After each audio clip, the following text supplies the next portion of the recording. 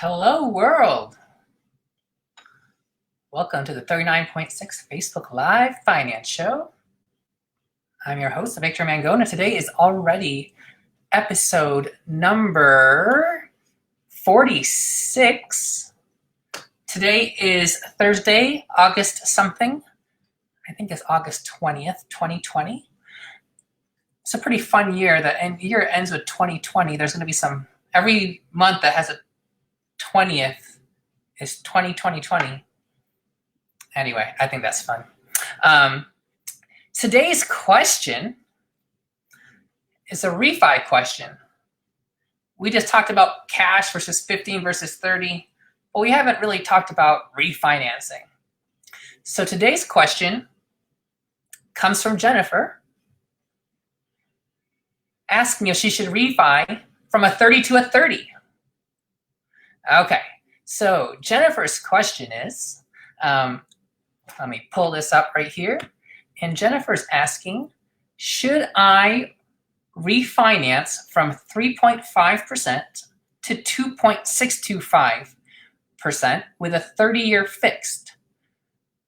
But doing this will require that I close my HELOC of $101,000. I really don't want to close my HELOC because I'm utilizing it to invest more in real estate. What would you do? Okay, so this is interesting. First of all, if anybody's out there, please let me know if you can hear me, because if you can't hear, then I'm going to have to restart this. And I want to make sure before I get too far in, if I have to restart it, then I can do that now. So please let me know if you can hear this. Give it a thumbs up. Give it a smile. You can hear it, Facebook user. Thank you so much. Okay. All right. So usually the question I get is, should I refi from a 30 to a 15 using the new lower interest rate you can get on the 15? The 15 rates are super competitive. Although last week we talked about how the gap was actually, in that particular situation that somebody gave me, only about 0.25%, I think, or maybe 0.5%, which is, it's often around that amount. But if it gets really big, a 15-year refi can really, really help. I didn't really do an example that day, but I should at some point. But this is actually a 30 to a 30. The person's at 3.5% right now and 2 years into the mortgage. And the opportunity to refi is at 2.625% with a 30-year fixed. That's unbelievable. That's in a 0.875% reduction without changing the payout term. Okay. Yes, a HELOC is a home equity line of credit. Okay, so we'll get to that in a second. But the interest rate drop of almost 1% is incredible. We refied here from 4% to 3.375%, and it cost us about 0.7% of the mortgage balanced, maybe a little bit closer, maybe like 0.8%. I took that, I jumped at that. I keep on waiting for a 3% or less on a jumbo, but this at 2.625 is really just unbelievable on a 30. And this is actually in jumbo mortgage territory. And so jumbo mortgage is $510,000, but it varies from state to state. It can actually be higher, the amount that makes it a jumbo, depending where you are, and actually even like what city or county you are within a state. It's confusing, but usually jumbo mortgages over $510,000 don't qualify for regular conventional rates. Okay, but let's just assume this is not a jumbo, and we're going to use a balance of $500,000. Okay, now we're going to get to the HELOC in a little bit, but first let's just talk about the math of the 3.5 versus 2.625. Now, every time you refinance, there are going to be some costs associated with it. Okay, so it's not a free lunch. You have to pay for it on the front end a little bit, but then you have to figure out basically what your break-even point is. Okay, so this person is able to refinance at about $1,500, like crazy cheap amount to refinance. Like I thought it was going to be something closer to like $4,000 to refinance a $500,000 mortgage, but it's only like $1,500. So super cheap. Now, 1 second, I just missed a box here and I'm just filling that in. Okay, so on the columns to the left, we have 28 more years of payments. Okay, we're starting at $500,000, and I'm just assuming this is a new mortgage. It doesn't actually, technically we're jumping into year 3 of the amortization table, but just to make it simple, we're starting at $500,000, and I just did a 28-year amortization. And at the end of the 28th year, the balance becomes 0. And then from that point forward, that amount that was being invested, was being used to pay for the mortgage principal and interest is now being applied to a separate account into an investment pot. So for 2 years, there are money going into that investment pot, which was the original annual payment of $28,300. Okay, so $28,300 gets paid every year for 28 years, and year 29 and 30, we have $28,300 getting invested. And that ends up with a pile of $58,300 at the end. Okay, now in the example to the right in blue, we're doing 30-year amortization at 2.625%. So this is one of the things about refinancing. If you go from a 30 to a 30, you keep pushing out when you're going to finish the mortgage. So you pay down some of the mortgage, and then you go to 30 again, and then a few years from now you refinance again, and then it just keeps pushing the end date back. But that's just the way it is. You could technically just pay a little bit extra and stay on schedule to be done in 28 years, but I just did a refi for 30-year amortization, $500,000. The annual payment here is $24,300. So it's $4,000 less per year in just interest tax savings. Okay, so that $24,300 gets paid every year for 30 years, and there's an additional $4,000 a year that gets to be invested, okay, in the side pot because of the savings. Now, that first year, I actually subtracted out $1,500 because we have to pay for that refi cost. So you can't actually invest the full $4,000 the first year. You are only able to refi about $2,500 or invest $2,500 of it. And then in subsequent years, you're able to refinance $4,000, invest $4,000 every single year going forward. Okay, and I may have miscalculated this. So when I made that minor adjustment, and I'm using numbers, which I don't like. So $2,513 the first year, and then you invest another $4,000. So I will put equals this previous one right here. Equals this previous one times 1.06. Okay. Plus the amount we are investing that current year. Okay, I'm gonna do that one more time.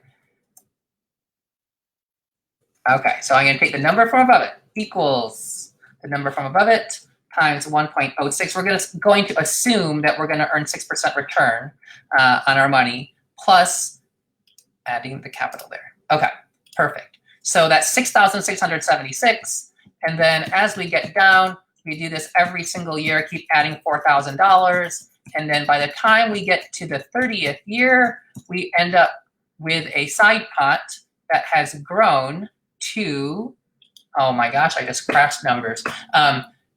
We get to a side pot that ends up getting to around $280,000. And it's $310,000. Okay, so $310,000 is in your side pot. Now, compared that to your side pot in the first one, $58,000. So it's a $250,000 difference. That's a gigantic amount. That's free money. So if you look at the difference over here on the right, we have negative $3,000 So basically, the very first year, you are already ahead by $3,000. Okay, the break-even point on this is like 6 months. That's like crazy fast to get such a difference because you're going to live there for 6 more months, right? So you're going to get your money back very quickly. It's probably even less than that. So within the first year, you're already ahead, and the farther out you go, the farther ahead you get. Okay, but now the wrench in here is, well, mortgage one has a HELOC for $101,000. Okay, so let's say it's $100,000. If you're investing that and getting, let's say, 6%, and we're going to use the conservative numbers, then you get an extra $6,000 that it can earn you each year. So in the first year, you're actually $6,000. You're actually going to be behind. Okay, so from this pure perspective, you are going to be ahead with the HELOC because you have that $6,000 that you can invest, or that you're going to make that year, and then you can invest that $6,000, and the original $100,000 HELOC makes another $6,000 every single year, right? That's more than the $4,000. Okay, now, but the issue here is we're mixing two things up that don't have to be mixed. A lot of people do this where they take one issue and they like conflate it, if that's the right word, with a different issue that is actually completely independent. Because your HELOC, the fact that you have a HELOC, does not mean you have to keep that first mortgage to have a HELOC in general. You can close down the HELOC and open up another HELOC because the amount of equity you have in your house is not changing. It sounds like you're just refinancing the amount of your principal, and you're not taking a cash out refi, which you could consider doing, depending on what your loan to value is. And I don't know what that is. You could consider refinancing, doing cash out if they allowed you to, and to take $100,000 out, and you'd have that $100,000 to invest. I don't necessarily hate that option because with a cash out refi, you still just have that one mortgage to pay. And you have up to $750,000 that you can, of mortgage principal that is tax deductible, okay, potentially. So if you're not over that $750,000, you can increase that mortgage principal balance and stay under $750,000. And all of that interest will be tax deductible. With HELOCs, the tax deductibility of that has changed with the tax laws, and so that you used to be able to have be able to deduct interest on a HELOC for up to $100,000, although it had asterisks on that. But then that went away, from my understanding, so it's no longer tax deductible. Okay, so you could open up a new HELOC, and all you'd have to do is pay for that HELOC, which it might cost you another couple $1,000s. But even if we were to pay another couple $1,000s to open up a new HELOC, then you would be able to still break even in the first year. Okay, now HELOCs also have interest to pay. So if you're paying 3.25% interest on the HELOC, you have to remember you need to subtract that from the actual earnings you're making on the invested amount from the HELOC. So if you're making like 6%, you have a very small spread. It's like 3%. If you're making 10%, well then yeah, sure, you're getting a 7% spread. Okay. Now, this also gets to leverage again. And how leveraged do you feel comfortable being? Okay. If you're taking a HELOC, at least that equity is there, okay, from the house.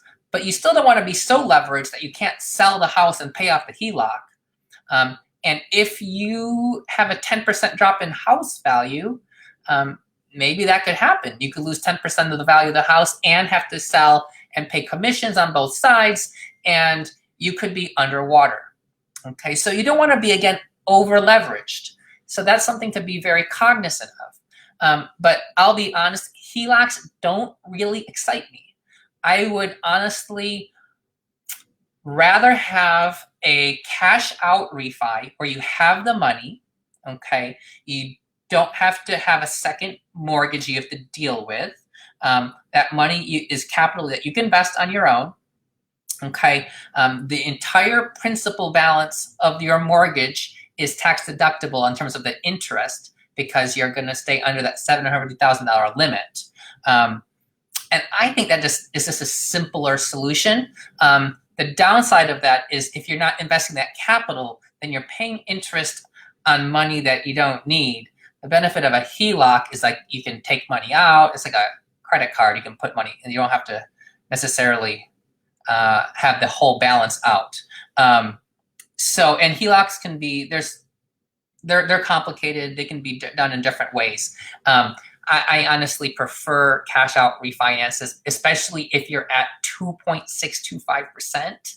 That is way lower than the amount you're getting on your HELOC. So if they will allow you to take out, do a cash out refi at 2.625, and you want to have that capital to invest, I think that might be the best way to go. Different programs have different stipulations. They might not allow you to take cash out, but 2.625 on a 30, gosh, even if you can't do a cash out refi, that is just so good. Like, it's hard to pay that down. I would, in that same situation, if they let me take cash out, I would take out as much cash as I could out that was under my $750,000 limit. And then I would pay student loans down that I'm paying like 4% down, 4% on. That's not tax deductible. And so then I'm converting 4% non-tax deductible and then getting 2.6% tax deductible. 2.6% tax deductible is potentially as low as like 2.6, and then take out 40% of that. You're taking off about 1%. You're looking at like 1.6, 1.7% effective interest. That's assuming you have enough other deductions to get you past the standard deduction. But your property tax is already probably $10,000 anyway, and if you have $14,000 in donations, then yeah, you're already there. So I would definitely refinance that property. Gosh, if I could get 2.625, I just refinanced 2 months ago, and I would do it again. I would do it at like way more closing costs than you're telling me. And I would probably take out as much cash as I can. And even if I were to pay off loans, I might just hold on to that cash and then invest it somewhere else. Again, as long as you're not over leveraged. Now, you always have to think about also the rules of the homestead in your state and what the asset protection laws are, etc. If you're in a state where your house is asset protected, you may not want to take out as much of a loan out on that house if you're especially getting close to having it paid off, because it can be really nice to have that asset protection. All right, that is it for today's episode. Thank you for the very, very, very good question. And yeah, I keep on forgetting. There we go. Thank you, Facebook user. I really appreciate your comments. I need to figure out how to get you guys to be able to see your faces and your names. Again, as a disclaimer, none of this is legal, tax, or real financial advice. It's just me talking at a screen and maybe somebody else on the other end listening to it. Please sign up for syndications if you haven't already on the Facebook group. And I put out a roll call post. If you're out there, I want to know more about you. I want to know who my listeners are. I want to see pictures of your kiddos and your dogs. Post them up. Let's have a good time over there. And until tomorrow, this is again brought to you by the Medicine, Marriage, and Money podcast, coming to you in September. Have a great evening.